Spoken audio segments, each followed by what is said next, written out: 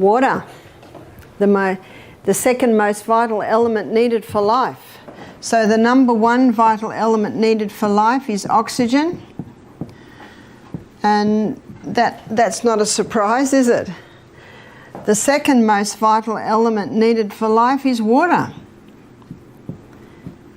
You can go 3 minutes without oxygen. You can go a couple of weeks without water. I always thought it was 3 days without water until I read a book called The Long Walk about some people who were escaping the Siberian work camp, and they were in the desert and they went nearly 2 weeks without water. Wow. Water is the second most vital element needed for life. In fact, where there's no water, you don't usually get people living, do you? I always say to people, how much water do you drink? And these are some of the answers. I don't like water. If I drink water, my feet swell.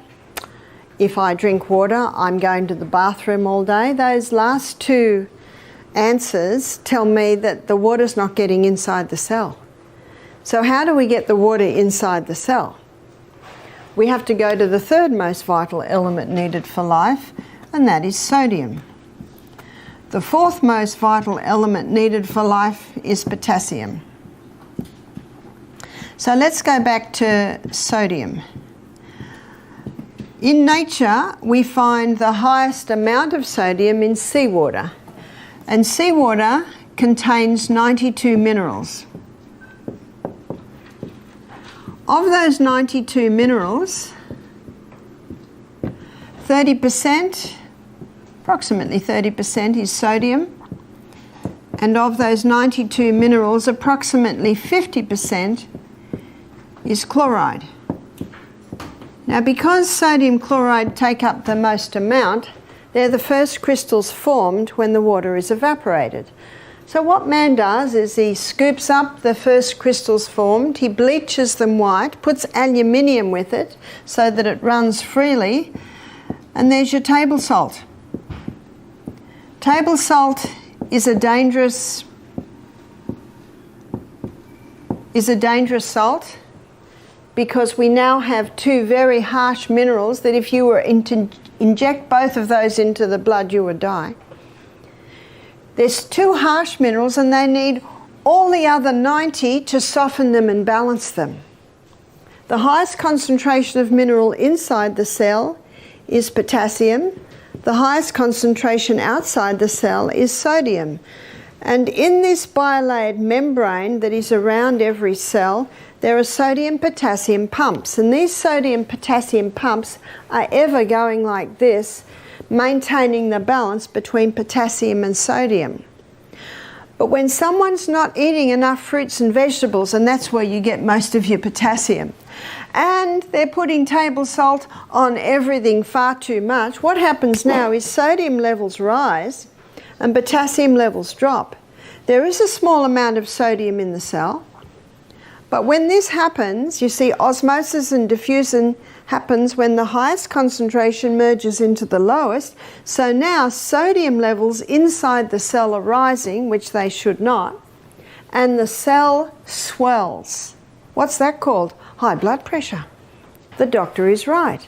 Table salt will contribute to high blood pressure. There's a French doctor named Dr. Lelangre, and he's written a whole book on salt. He said, when people come to me with high blood pressure, I put them on Celtic salt. Why does he put them on Celtic salt?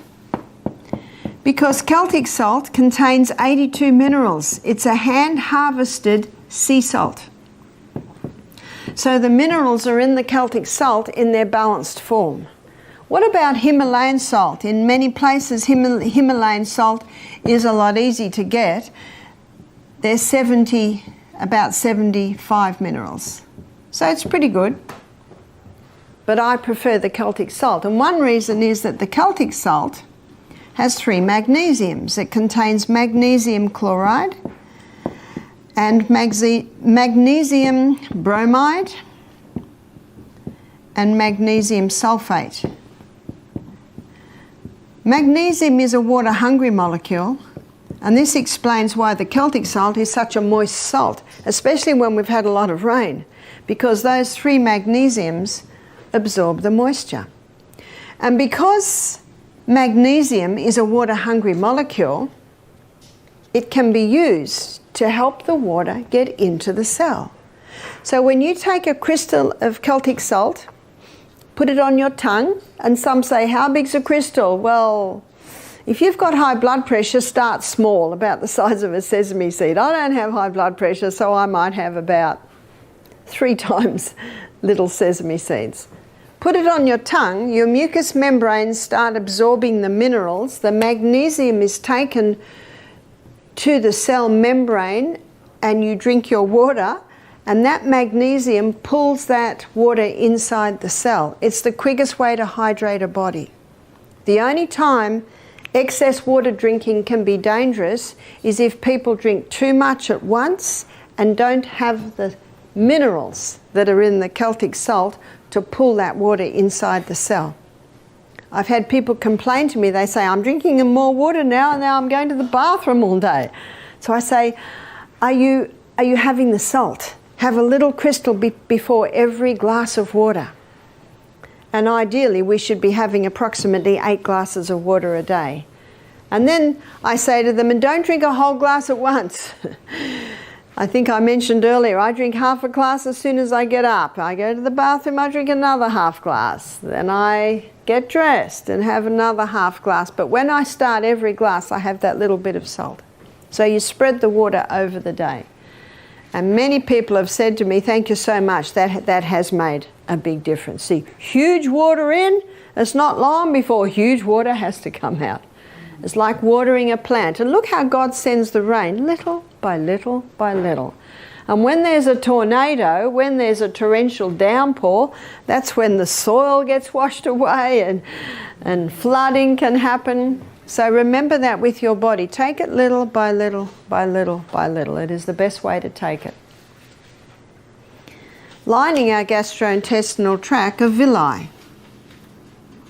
And on the villi is a receptor site. And that receptor site is to take the glucose through and into the blood. So on this villi, we've got blood capillaries that go all the way through. Now, in that receptor site is a carrier. And this carrier is designed to take the glucose through to the blood. But the carrier will not accept the glucose unless it comes with a molecule of sodium. I read this in my anatomy and physiology book. In the anatomy and physiology book, I memorized the sentence so I could give it to you from the horse's mouth.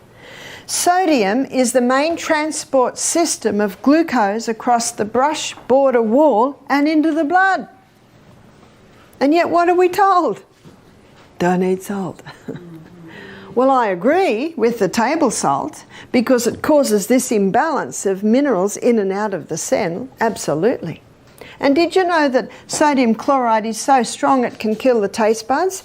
Have you seen people that eat table salt? They put it on everything and they put it on before they've even tasted it. Well, no wonder, their taste buds are dying. Whereas Celtic salt, with all of its minerals, it enhances the flavour of the food. Now, the red lentils we had this morning, a few people have said, what's in this? I've even served it at my house at breakfast and people have said, is there chicken in this? And I know why they say that. It's because it's so flavoursome. Well, it has a little olive oil, some herbs, nice if you can get fresh or Italian herbs, and some Celtic salt and a bit of turmeric. That's it. I rinse it very well. It must be rinsed well first. And I do that just before it's fully cooked. And yet, as you can see, it's delicious. See, I'm not interested in cooking up onions and garlic, and much as I love that in my lentils, I'll do that at lunchtime. But in the morning, I've got hills to run up and down, creeks to jump in. I'm not interested in being in the kitchen for a long time, and that's a very quick dish to make. So sodium not only is required to get the glucose into the blood, it's also required to get the water into the cell. So it's sodium. It's the third most vital element needed for life. And you can get that information on the 4 vitals in any anatomy and physiology book, chemistry book, biology book. I'm just giving you the facts here. So as you can see, water is very important. But so is the salt. And again, the potassium is found in all your fresh fruits and vegetables. Calcium cannot get into the cell by itself. It needs vitamin D. When vitamin D is present, the calcium is pulled inside the cell. And remember, I showed you the other day that calcium's called the king because when it gets into the cell, all the other minerals piggyback on the back of calcium. Something else happens. I'd like to go back to this for a moment.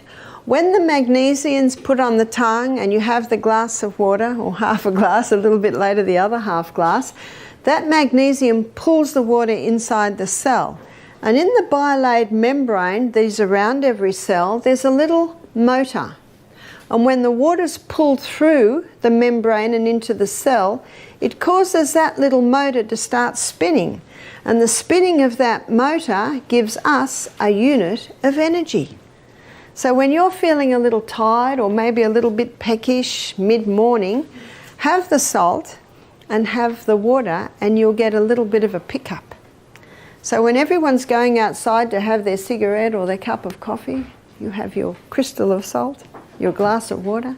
Absolutely, if you're working in an office, go outside and find a tree. Remember what the trees are giving off? Life-giving oxygen. Breathe deeply from your abdominal muscle, and that blast of oxygen, remember what the oxygen does at the cellular level? Oxygen will give you 18 times more energy. We've looked at the inside of the workings of the cell a few times, and the way I explain it, it looks like there's one energy cycle per cell, but it is not true.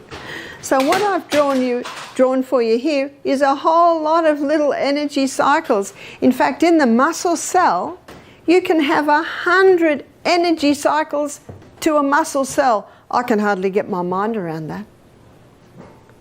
And that's why the saying that you will receive more energy than you expend on your morning walk, because each one of those little energy cycles will give 18 times more energy if enough oxygen is going into your body.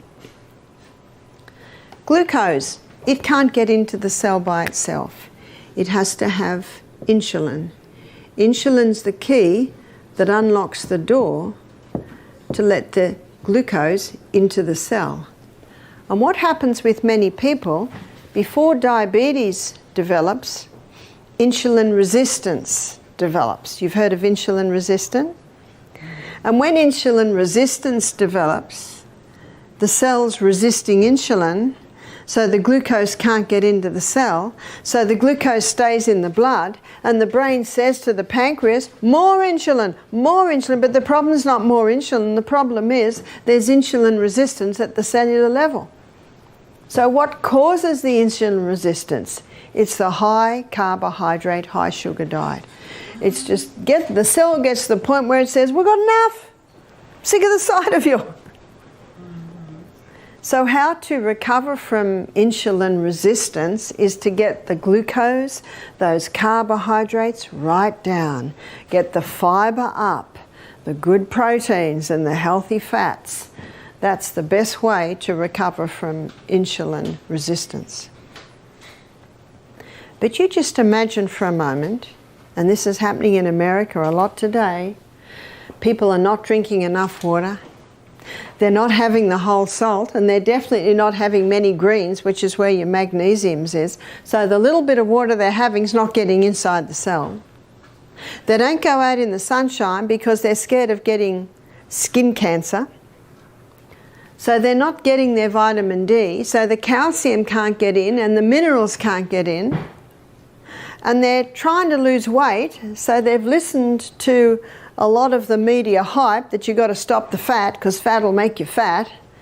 So they're on a high carbohydrate diet. Remember what fat will do? It'll give you satisfaction or a satiation, a full feeling. But if you're not having any fat, you just eat and eat and eat and eat and eat and eat. The whole packet of cookies goes, the whole chips go. There's not a sign in your body that says enough. It's the fibre, protein and the good fats that will give you that sign. So they're on a high carbohydrate diet, thinking that if they go fat-free, they'll lose weight. And can you see what's happening? The water can't get in, the minerals can't get in, the glucose can't get in, and the body says, what are we going to do? Because remember, this is the CBD of the human body. What are we going to do? And the body says, we've got one last thing up our sleeve. We'll just force it into the cell. That's high blood pressure. So high blood pressure can be a result of dehydration. It can be a result of mineral deficiency, magnesium deficiency. It can be a result of vitamin D deficiency. It can be a result of a high carbohydrate, high sugar diet. It can be a result of inactivity. So there's a whole lot of things that can come together to contribute to high blood pressure. That's why the detective hat has to be put on to find out why these things are so. And in some cases it'll be a bit of this one, in some cases a bit of that one, in some cases other things. And you saw from the first lecture, it seems a long time ago, doesn't it? Back to Monday. We looked at how genetics loads the gun, but it is lifestyle that pulls the trigger. So the cell, and understanding the workings of the cell, is paramount to understanding how these things affect the body. We have a book in our library, and I know we have it in the library here. It's by an Iranian doctor called Dr. Batman Geheldij. I think that's how you pronounce it. It's called One of the Body's Many Cries for Water. The second title to his book is He's Not Sick, He's Thirsty. The third title to his book is Don't Treat Thirst with Medications. His story is fascinating.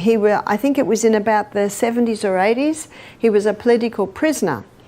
And because he was a doctor, everyone came to him when they had problems. And all he had was water. So no matter what the problem was, he'd get them to drink a glass of water. He'd come and see them 15 minutes, he'd give them another glass of water. So usually in half an hour, they had 3 glasses of water. And he was just shocked at how the headaches are gone, the migraines have eased, the stomach ulcer pain had relieved, the asthma attack relieved. He only gave them water because he had nothing else. He just wanted to make, I guess, a show that he was doing something, and because he was doctor, they just drank their water. So he began to document what he was finding because it surprised him. He did not realize, he did not expect the water to have that much of an effect. I can't remember the period of time, but eventually the government changed and he was freed, and he said, look, do you mind if I stay a bit longer? I'm in the middle of this fascinating research. And he has presented his findings at medical conferences. He's presented his findings in medical journals, but it's not a very popular subject because you can't make much money out of water. Now you'll understand why the second title of his book is He's Not Sick, He's Thirsty, and Don't Treat Thirst with Medications. It was a fascinating book for me to read, and I'd like to take you inside and look at a few body functions and how they're affected by dehydration. So let's begin at the mouth. Did you know that in a state of chronic dehydration, too much saliva is produced?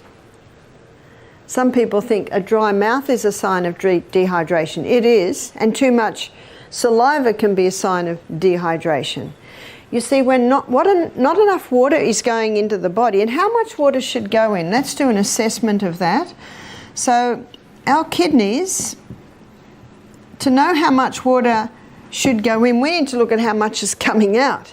So in our kidneys, we urinate out 1.5 litre loss. Now, a litre is the same as a quart. So I'm probably best, because I'm speaking to an American audience, to say quart loss. 1.5 quart loss. Out of the skin, it can be 0.5 of a quart loss.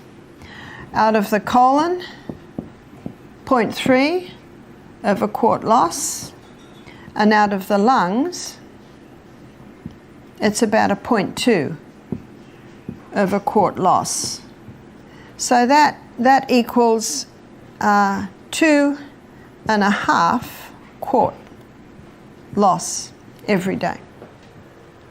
So 2 quarts is 8 cups. So that's 10 glasses, 8 ounce glasses of water a day is lost out of the body. And we have no reserve tank on the back, do we? The only water that's going in is the water we take in. So we should be drinking at least 2 quarts a day. At least, more if possible. Now at the moment, because you're having a steam sauna every day, I wouldn't be surprised if you've got a 0.8 of a quart loss coming out of your skin because you perspire profusely. The other half can come in your fruits and your vegetables, maybe your herb teas, vegetable juice through the day. So that's how much water we need. And Dr. Batman Gehaldi, he showed that the first place that we feel that water loss, if we're not replacing the water, the body goes into a form of drought management. And it releases a hormone to manage this drought management. It's called histamine.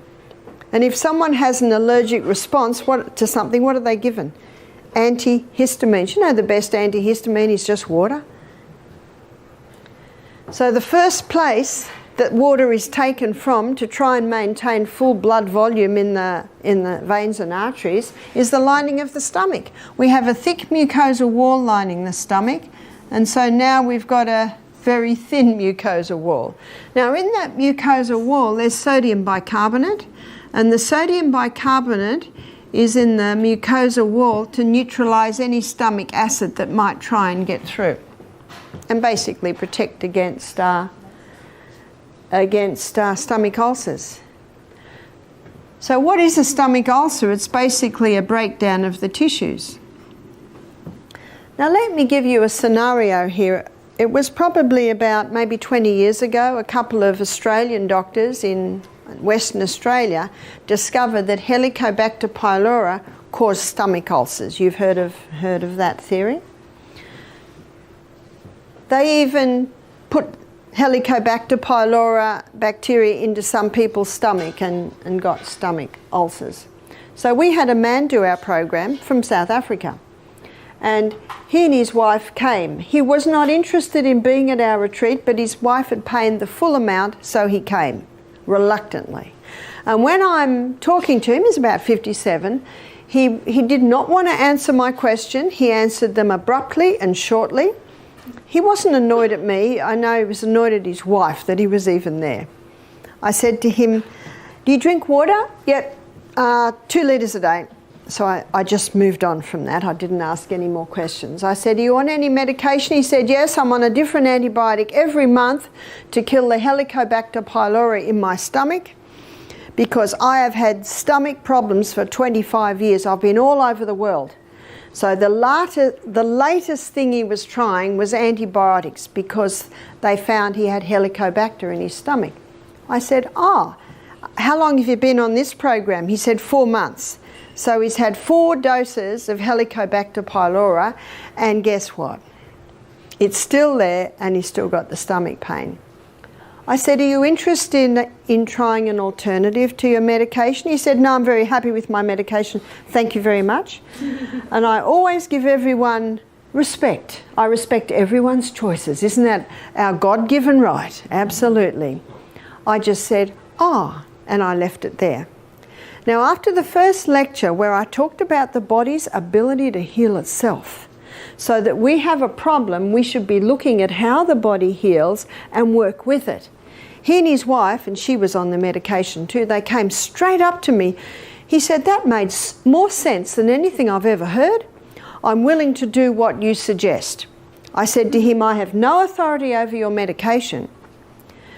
But I said, if it was me, I would cease it because it hasn't worked so far, and I would try the herbs that I suggest. He said, "I'm willing." So what I did was I gave him a herb called slippery elm, which coats and soothes the lining of the gut. He did our basic program, 2 days on juices, and we encouraged people, of course, to drink water between every juice.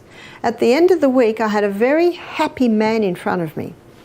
He was eager to tell me something. I said, yes. He said, I've had no stomach for 2 days, first time in 25 years. I said, that's good news. And he said, and I've worked out the problem. To me, that was even better news. Because who's the doctor? We are. We are. I said, what was the problem? He said, I was drinking nothing between meals and I was drinking almost a whole litre of water with every meal. So I want to show you what was happening in his gut. So what was happening in his gut, he's drinking nothing between meals, which means the lining to his gut is very thin, which means the hydrochloric acid is breaking down the tissues. And remember, the bacteria is an opportunist organism. And so what happened is the body started to, its own microorganisms changed role and came to the cleanup team, remember the garbage collectors, and they started to clean up the dead tissue, and their name was called Helicobacter pylori. See why you have to ask why are they there?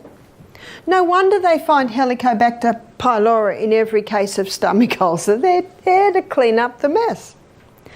Now, as God would have it, when we smell food and we start to chew food, hydrochloric acid, here's hydrochloric acid is released. And hydrochloric acid connects with pepsinogen to release pepsin, which breaks down protein, but hydrochloric acid does something else. It's antifungal, antibacterial. And so it has the ability to wipe out these guys. And just as hydrochloric acid is considering going down and wiping these guys out, he has a big glass of water. And what does water do to hydrochloric acid? It just dilutes it. So Helicobacter pylori is chomping away at the dead tissue and it goes, whew, that was close. Chomp, chomp, chomp. What this man discovered is that he was drinking water at the wrong time. Do you remember I said to you earlier?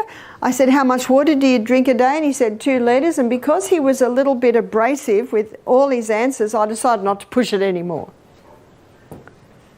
So now he drank early in the morning. He stopped drinking half an hour before his meal.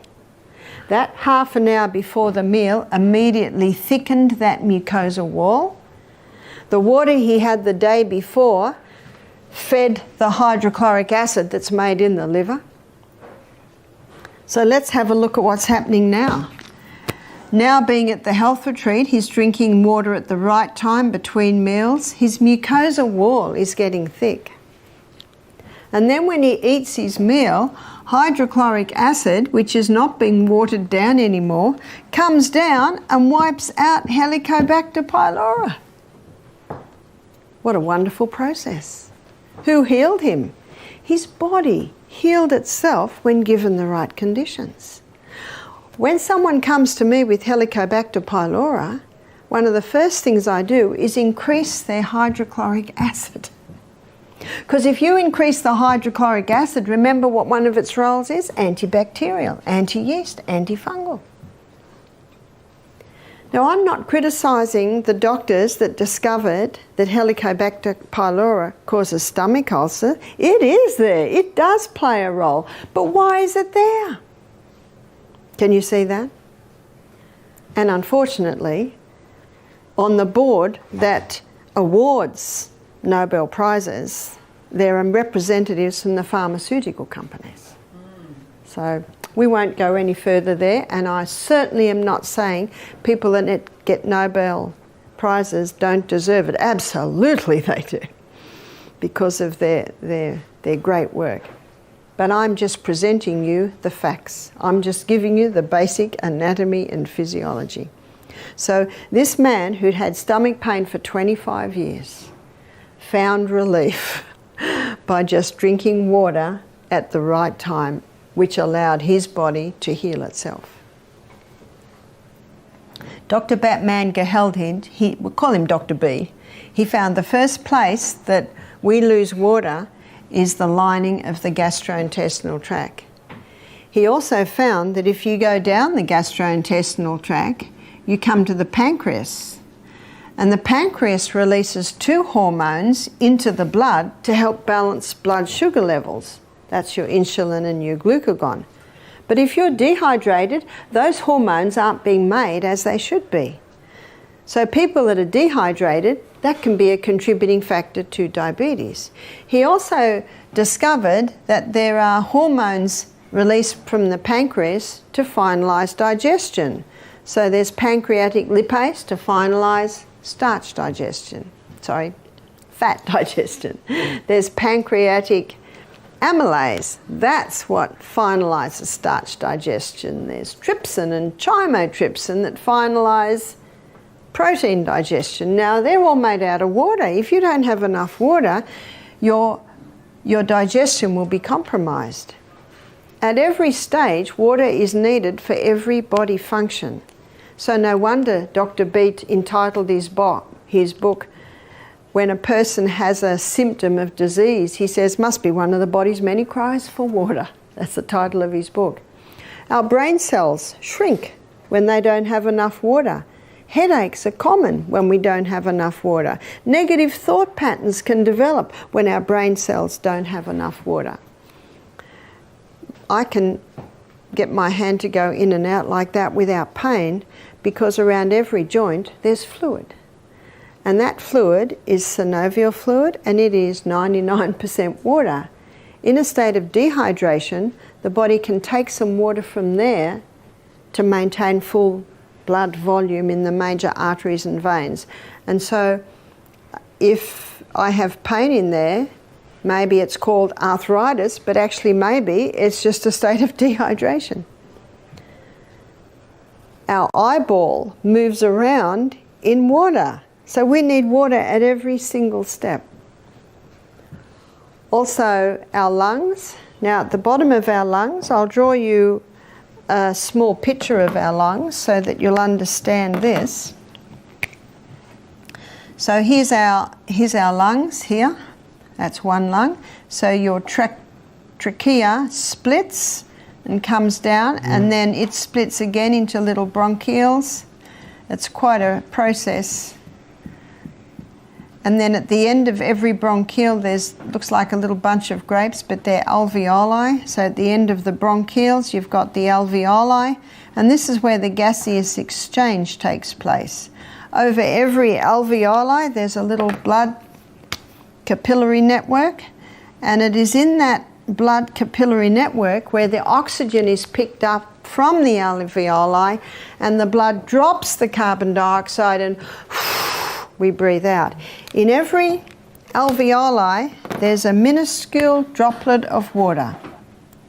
And because of the surface tension of water, when you breathe out, that little alveoli collapses, which allows all the carbon dioxide, the majority of it, to be breathed out, so that now when you breathe in, you can breathe in more oxygen. In a state of dehydration, that little droplet of water is not as it should be, which means that doesn't totally collapse when you breathe out, which means you can't get your full quota of oxygen.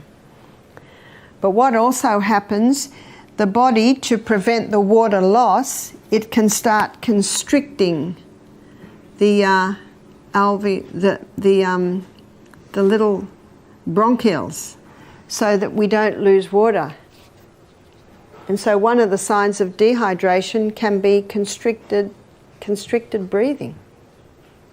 The blood gets very thick in dehydration. Our blood needs to be nice and thin so the heart can pump it easily, so that the little filtering units in our kidneys can filter it with ease. So water is needed for every single body function. I'm going to give you a story of a man that came to our retreat who had three main problems. He had chronic headaches, which he took a lot of painkillers for. He had a very congested chest, and also he had terrible lower back pain. Did you know that 75% of weight held in your lower back is held by water. The other percentage, of course, is taken with your ligaments, your muscles. And so a state of dehydration, lower back pain is quite common. So that's what this man had. And when I was consulting with him, I said to him, how much water do you drink a day? He said, oh, I don't drink water. I said, you don't drink water? I said, what do you drink? He said, oh, Coca-Cola, coffee, because he has a lot of painkillers. He was only 44. He was a well-built man, but at 44, his quality of life had gone. So we encouraged him to start drinking more water. By the end of the week, the headache had gone. By the end of the week, the lower back pain had certainly eased and his lungs were a little freer. I saw him 5 weeks later. He jumped out of the car with a big smile on his face and had a 2-litre, you'd say 2-quart bottle of water. He said, I'm drinking 4 litres a day. He said, in 5 weeks I've had no headaches, no lower back pain, and he said my chest is almost clear. What was his problem? It was dehydration. How nice when it's as simple as that. It's not always that simple, but it's nice when it is that simple. So Dr. B's book, One of the Body's Many Cries for Water, is an important book because he goes into every body function and shows how important it is for us to be drinking adequate water. One lady said to me, I drink quite a lot of water in my cups of tea. Sorry, that doesn't do it because tea contains dehydrating agents. Caffeine and tannin are both quite strong dehydrating agents. And if she puts a little teaspoon of sugar in that, there's another dehydrating agent in there. We had a pathologist do our program. He said, we've done studies on caffeine and we have found that you need 5 cups of water to make up for the dehydrating agents in 1 cup of coffee. Now that was a cup of coffee that also had sugar in it as well. So not only are people not drinking enough water, but they are also causing dehydration because of the drinks that they are having. Again, we need to drink little by little by little. Much depends on your activity through the day. If you're working out in the garden and perspiring a lot, if you're having steam baths a lot, then definitely you need to drink more water. One of the signs that you're drinking adequate water is that your urine is clear. So when your urine is clear, that's a fairly good sign that you're drinking enough water. Now at the moment here at the retreat, you're having B vitamins. And those B vitamins have an effect on your body to cause your urine to be fluorescent yellow. So don't be surprised if this week your urine is fluorescent yellow. So you just got to find out how to get it in. And many people in aged care facilities, elderly people, they do not drink enough water. And it certainly is a contributing factor to the mental illness and the deterioration in brains we're seeing. In Australia, there are 1,700 cases of Alzheimer's being diagnosed every week. Now that's a bit scary. Did you know that God never meant our brain to deteriorate? And tomorrow we're going to go to the brain, and tomorrow I'm going to show you how you can get brighter and smarter and wiser with age. Brains should not be deteriorating. Have you read of Alzheimer's or dementia in the Bible? I certainly haven't. And before the flood, you know, people were living till they were 700 and 800 years old. We're getting people today who are showing signs of dementia and Alzheimer's in their 40s and in their 50s, and that this should not be. And it's often not just one point, often it's several points, but one is certainly dehydration.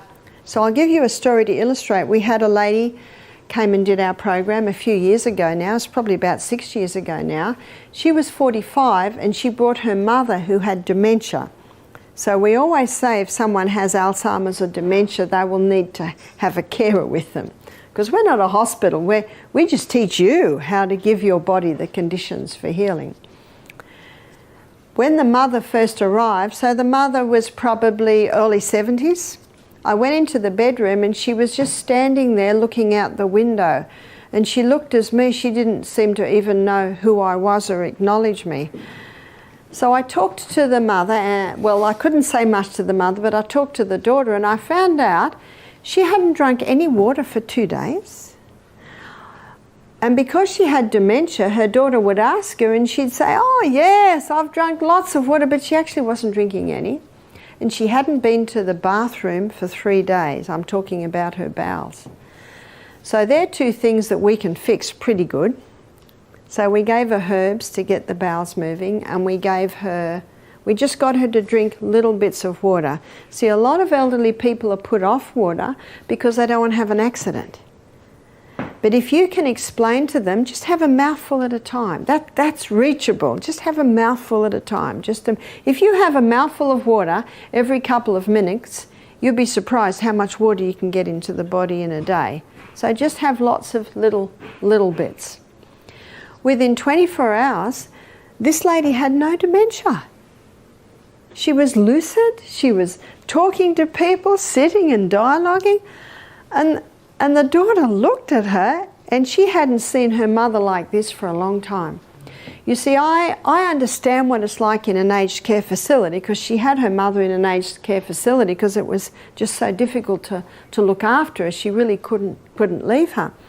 That the nurses are so busy, they don't have the time to make sure everyone drinks enough water. And something else happens. When they get them to drink more water, more of the elderly people are having accidents, and then there's a lot more work for the nurses. I understand that. I understand it. I think it's our role to give our body the conditions so we never get there. Is that right? So that when we're getting into our latter years, our kids will want us to live in the little granny flat because we're going to mind the children. We're going to put the washing on the line. Oh, that's right, you put them in the clothesline. They do the ironing. They chop up the vegetables. You know, I say they're queen mother activities. You know, slow down a little bit. But how helpful is that for most busy families to have the mother or the mother-in-law there who's got a clear mind and can be of a help? I understand why so many are put in aged care facilities, because they can't be looked after. One lady said, "My mother gets up at 3 in the morning, she goes to the people next door, she puts the clothes on off their clothesline.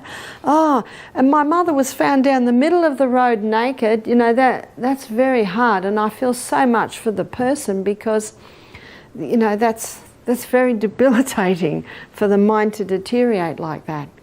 And so here we had this lady who got her faculties back within 24 hours because we got her bowels working and she started to drink more water.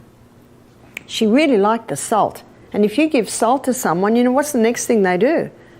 They reach for the water.